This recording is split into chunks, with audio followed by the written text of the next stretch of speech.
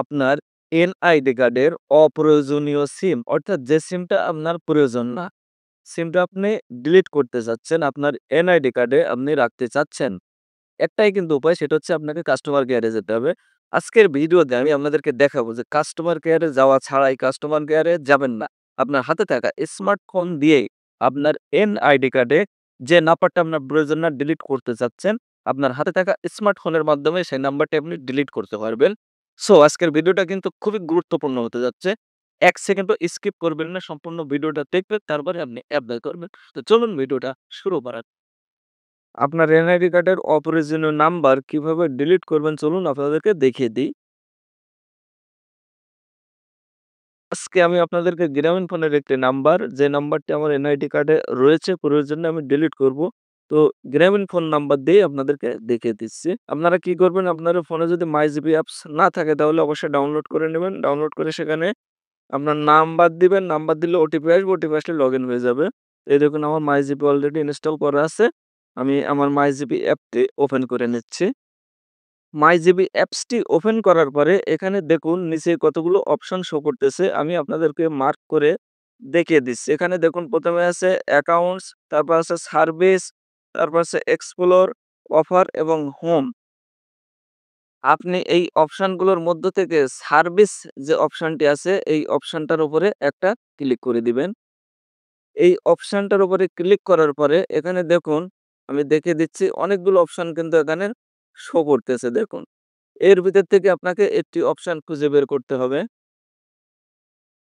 এর ভিতর থেকে আপনাকে খুঁজে বের করতে হবে ডিঅ্যাক্টিভেট লস্ট সিম এই অপশনটি। এই অপশনটি পাওয়ার পর আপনারা কি করবেন, এই অপশনের উপরে একটা ক্লিক করে দিবেন। অপশনের উপরে ক্লিক করার পর আপনাদের সামনে ঠিক এমন একটি ইন্টারফেস শো করবে।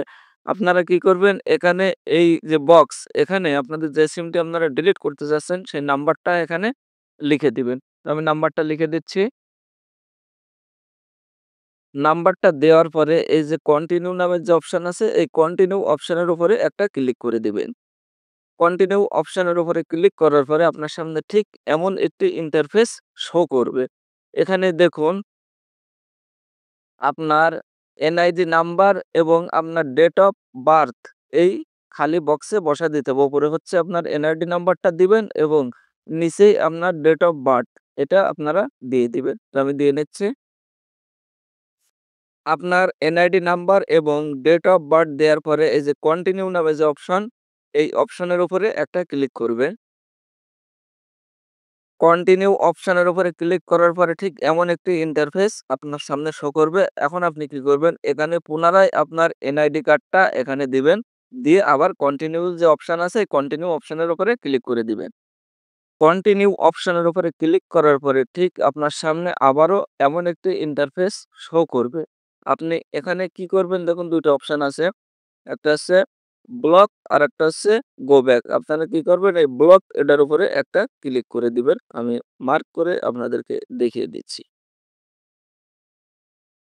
ব্লক এই অপশনের উপরে ক্লিক করার পরে ঠিক আপনার সামনে এমন একটা ইন্টারফেস শো করবে। এখন দেখুন আপনার নম্বরটা কিন্তু ব্লক হয়ে গেছে সাকসেসফুল ভাবে।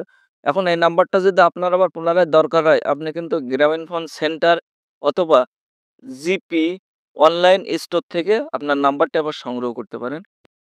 এভাবেই কিন্তু আপনি আপনার এনআইডি কার্ডের অপ্রয়োজনীয় নাম্বার ডিলিট করতে পারেন কাস্টমার কেয়ারে যাওয়া ছাড়াই। দর্শক, এটাই ছিল ভিডিও। ভিডিও যদি ভালো লাগে অবশ্যই চ্যানেলটি সাবস্ক্রাইব করবেন।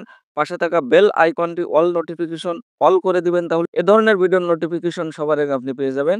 ভালো থাকবেন। আসসালামু আলাইকুম ওয়া রাহমাতুল্লাহ।